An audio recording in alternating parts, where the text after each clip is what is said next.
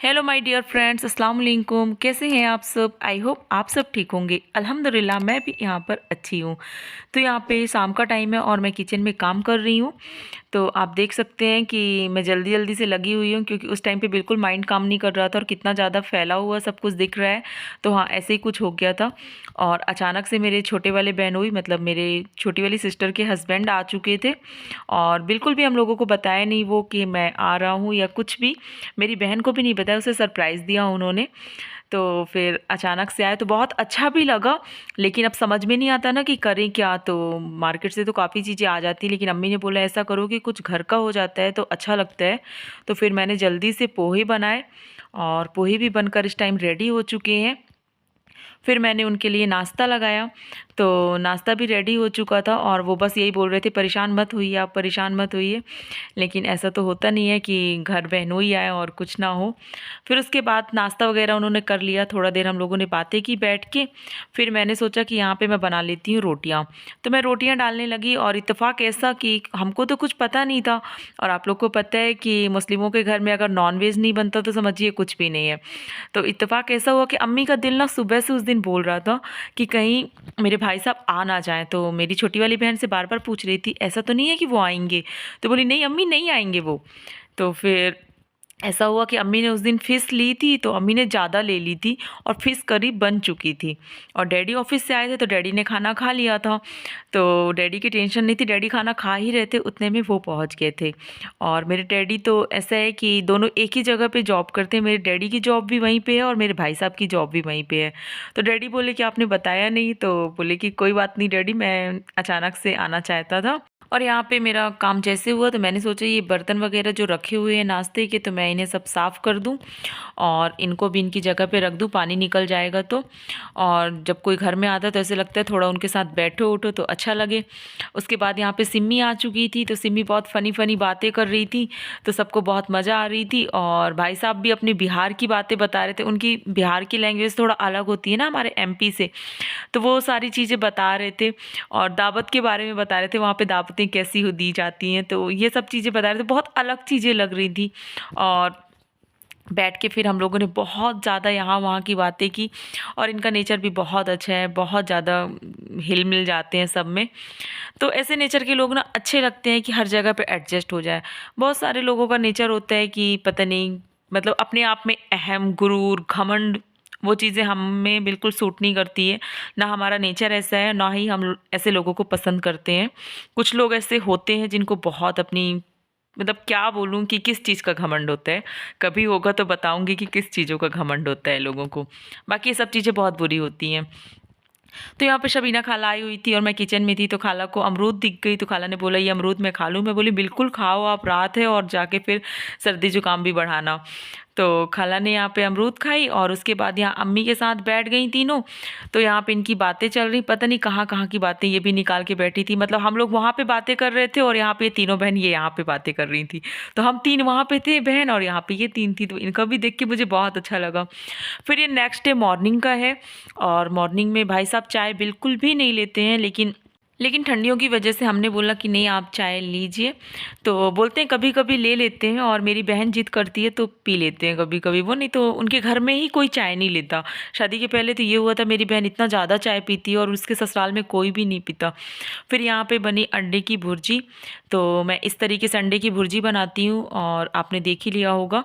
तो मैं तो पूरी रेसिपी नहीं डाली क्योंकि वीडियो बहुत लंबी हो जाती है किसी भी चीज़ की, और ये कोई ऐसा नहीं है, कॉमन सी चीज़ है। तो मुझे बड़े बड़े जो क्रंच से टुकड़े होते हैं ना अंडे के, अगर वो मिलते हैं ना तो मुझे वो नहीं अच्छा लगता। मतलब ना मेरे अंडे की भुर्जी ऐसी होती है, मैं बनाती हूँ तो वो सारा ना बिल्कुल छोटे छोटे टुकड़े में अंडे हो जाते हैं, तो मुझे वो अच्छी लगती है। हमारे घर में ऐसे ही पसंद करते हैं। और यहाँ पे बनी हुई है आलू मटर और स्प्रिंग ऑनियन रखी हुई थी, तो मैंने उसे भी डाल दी है। उसकी भी सब्ज़ी बन गई थी। तो ये नाश्ते के लिए दोनों हो चुकी थी और ये भी बनकर लगभग रेडी हो रही है। तो ये सारी तैयारी मैंने पहले कर ली थी, क्योंकि फिर बहुत हड़बड़ाहट होती है बहुत ज़्यादा। डैडी की लेकिन उस दिन ना छुट्टी थी ऑफिस की और भाई साहब की भी छुट्टी थी। तो ये था कि नहीं जाना है, लेकिन डैडी के और भी काम होते हैं ना, तो ऐसे लगता है कि डैडी घर से जब जाएँ तो नाश्ता करके जाएँ। फिर मैंने ये सब बनाया। उसके बाद फिर यहाँ पे पकौड़े फ्राई करने लगी मैं। तो ये मूंग दाल के पकौड़े बन रहे थे। और यहाँ पर चटनी पीसने में मसला हो गया, जैसे थोड़ा सा टमाटर को ना आग में सेक लो तो उसकी स्किन ईज़िली निकल जाती है। तो मेरी सिस्टर वही कर रही थी और मैं यहाँ पे मंगोड़ी फ्राई कर रही थी। तो भाई साहब ऐसे बता रहे थे कि मेरी अम्मी हमेशा सिल में चटनी बनाती हैं। और तो हमने बोला हाँ ऐसा होता है कि सिल की चटनी बहुत अच्छी बनती है। और उस दिन लाइट बहुत ज़्यादा डिस्टर्ब कर रही थी, बीच बीच में आ रही थी जा रही थी, बंदर परेशान कर रहे थे, इस वजह से शायद ऐसा हो रहा था। बाहर का तो मुझे पता नहीं, यही दिमाग लगा सकती हूँ कि बंदर ही रहे होंगे बाहर। तो भाई साहब बता रहे थे, लेकिन हुआ कुछ ऐसे ही कि वो खड़े होके बातें कर रहे थे अपनी और मैं भी बातें कर रही थी। तो लाइट बहुत अप डाउन लगी हुई थी, आप देख सकते हैं बहुत ज़्यादा डिस्टर्ब कर रही है बीच बीच में। तो डर लग रही थी कहीं लाइट सच में ना चली जाए, और ऐसा हुआ है बाद में कि सारा दिन लाइट नहीं आई, मतलब लॉन्ग टाइम के लिए लाइट चली गई थी। तो ठंडियों में तो आपको पता है कि गर्म पानी की दिक्कत ही होती है सबसे बड़ी। अगर गर्म पानी नहीं है तो हर काम इंसान का अधूरा है। और सच में जैसी मेरी बहन ने सब कुछ करके रखा तो लाइट पूरी तरीके से चली गई। अभी तो अप डाउन हो रही थी और फिर चली गई। तो ऐसा हुआ कि सिल में ही चटनी बनवानी पड़ी और इसको फिर हमने भेजा अपनी बुआ के घर। तो वहाँ पे फिर खाला जाके चटनी बना के लाई खुद से। मैंने बोला जल्दी चले जाओ तो ये हो जाएगा कि भाई साहब की पसंद की भी हो गई। तो बोली ठीक है मैं जाती हूँ। फिर वो चली गई बुआ के घर।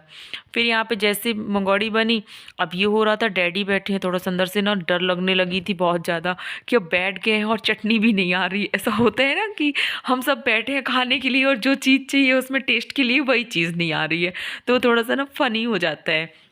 फिर सबने खाया, नाश्ता किया और उसके बाद आ गए। यहाँ पे ठंडी लग रही थी तो भाई साहब बाहर, तो मेरी बहन तो बाहर बिल्कुल भी नहीं निकलती है, लेकिन फिर आ गए और हम यहाँ पे चारों खड़े थे। आशमा खाला भी आ गई तो यहाँ पे बातें कर रहे हैं। फिर यहाँ पे लंच की तैयारी शुरू हो गई थी। यहाँ पे मटन करी बन रही है अभी, और ये अम्मी ने बना ली थी मटन करी। तो अम्मी ने भी बहुत टेस्टी मटन करी बनाई थी। और उसके बाद एक तरफ यहाँ पे चावल भी बन रहा है। तो चावल मैं बोली थी अम्मी ये मटर डाल के, मैंने सोचा कि चावल बन जाएंगे तो वो भी अच्छे लगेंगे। और इस समय पे तो हरे मटर बहुत ज़्यादा आते हैं, अगर उसका यूज़ ना करें तो फिर क्या मतलब। तो यहाँ पे चावल बनाने के लिए प्रोसेसिंग स्टार्ट हो गई है। और उसके बाद हरे मटर थे तो वो भी हमने डाल दिए इसमें। तो ये वाले ना थोड़ा सा चावल का कलर अच्छा लगता है और हरे मटर की टेस्ट थोड़े से अलग आ जाते हैं। तो ठंडियों में ये चीज़ें अच्छी लगती हैं कि जब हैं घर में तो उसी को यूज़ करो। और ये घर के हमारे चावल होते हैं तो इनका टेस्ट तो और अच्छा लगता है, क्योंकि हमारे यहाँ पे काफ़ी तरीके के चावल होते हैं। और जैसे ये वाले चावल जो हैं ये नानी के घर के हैं मेरे। ये थोड़ा सा बासमती राइस होती है ना जो, वो वाली चावल हमारे नानी के यहाँ पे होती हैं। तो अम्मी ने जब कुछ होता है घर में या कोई हमारे यहाँ गेस्ट आते हैं तो अम्मी मंगवा लेती है नानी के यहाँ से थोड़ा बहुत चावल। बाकी जो हमारे यहाँ होते हैं वो भी बहुत अच्छे होते हैं, उनका भी टेस्ट बहुत अच्छा होता है। पुलाव वगैरह हम अपने घर के ही चावल के हमेशा बनाते हैं। और एक तरफ चावल बन रहे हैं और दूसरी तरफ हमारी यहाँ पे दाल फ्राई भी हो चुकी है। और दाल फ्राई करने के टाइम में मिर्ची थोड़ी सी ज़्यादा कड़क हो गई थी और इतनी ज़्यादा खांसी आ रही थी उस टाइम पे, कम से कम 5 मिनट तो खांसी ही आते रह गई।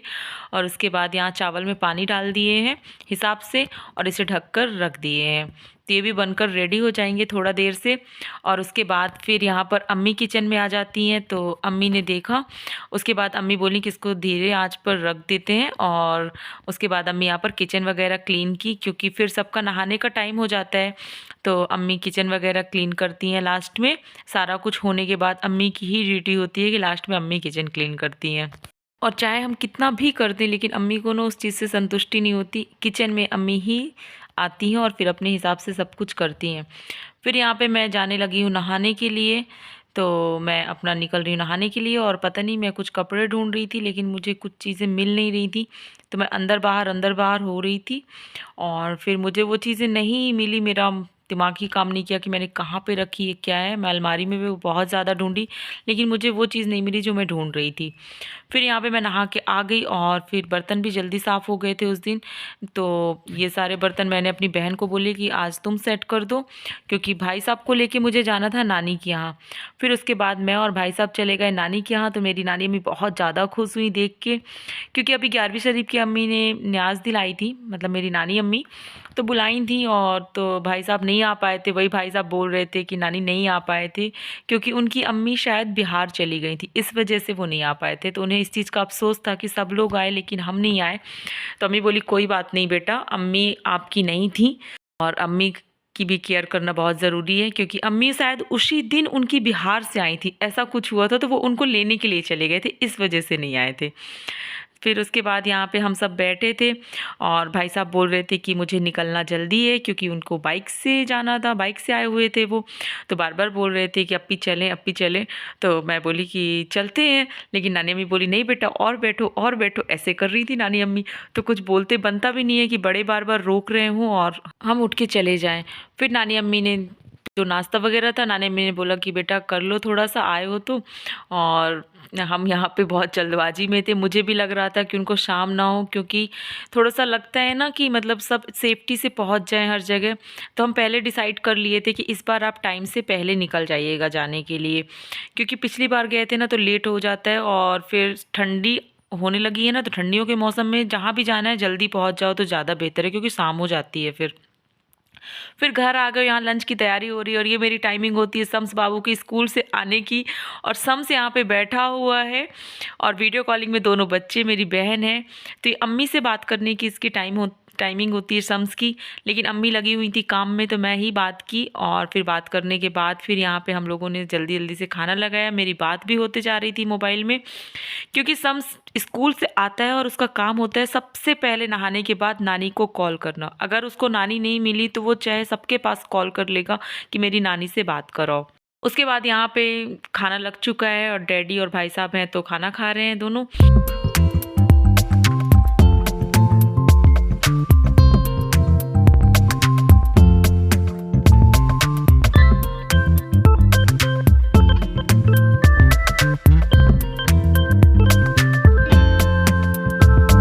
और यहाँ पे फिर जाने की तैयारी हो गई, तो मैंने ये इसलिए क्लिप ली है कि भाई साहब ने वाइट शूज़ अभी लिया था और मुझे अभी पता चला कि उनका वाइट कलर फेवरेट है, तो मेरी सिस्टर बोल रही थी कि देख लो अब शूज़ भी वाइट होने लगे।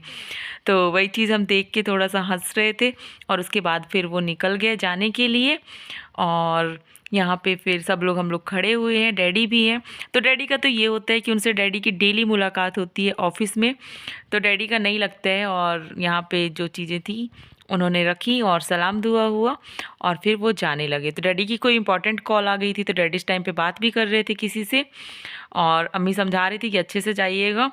अगर वीडियो आपको अच्छा लगा हो तो प्लीज़ मेरे चैनल को सब्सक्राइब कीजिएगा, वीडियो को लाइक कीजिएगा और कमेंट करके ज़रूर बताइएगा कि आज का ब्लॉग आपको कैसा लगा। तब तक रखिएगा आप लोग ख्याल, मिलती हूँ नेक्स्ट ब्लॉग में। अस्सलाम वालेकुम, अल्लाह हाफिज़।